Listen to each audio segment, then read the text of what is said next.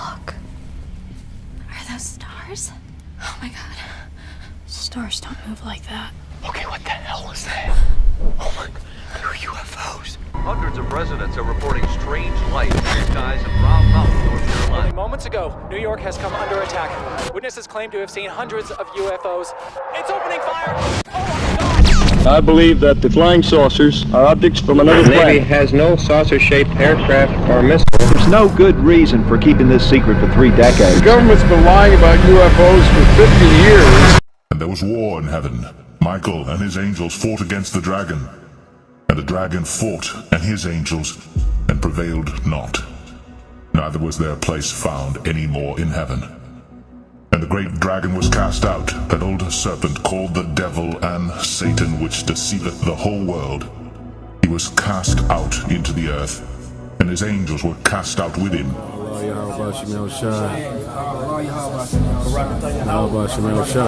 And the 10 horns which thou sawest are 10 kings which have received no kingdom as yet, but receive power as kings 1 hour with the beast. These have one mind, and shall give their power and strength unto the beast.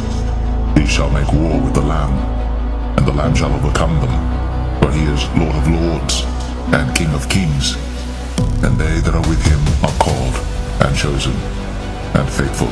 This is 2nd Ezra chapter 13.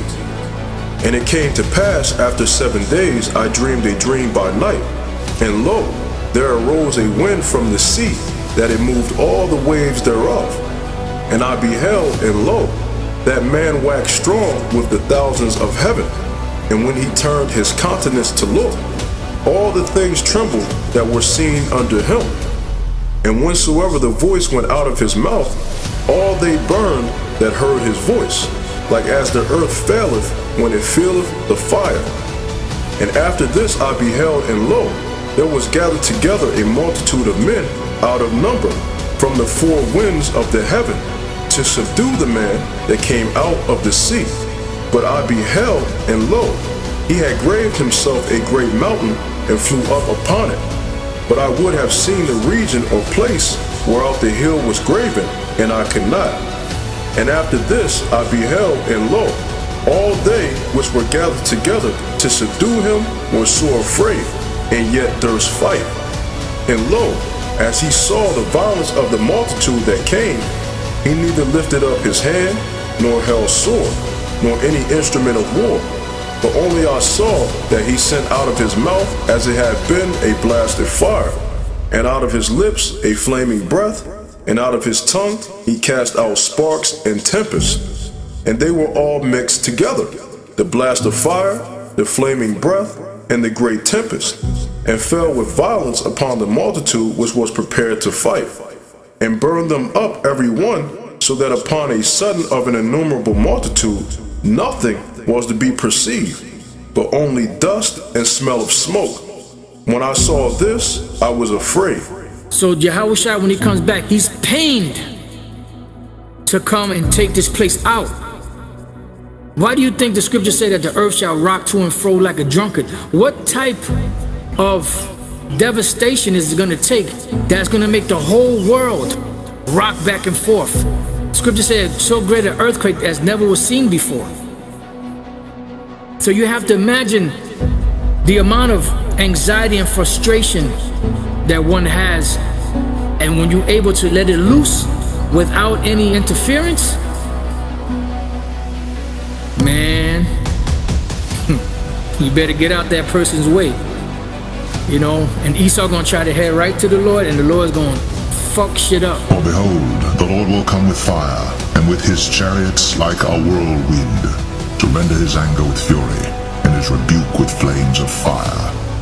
For by fire and by his sword will the Lord plead with all flesh, and the slain of the Lord shall be many.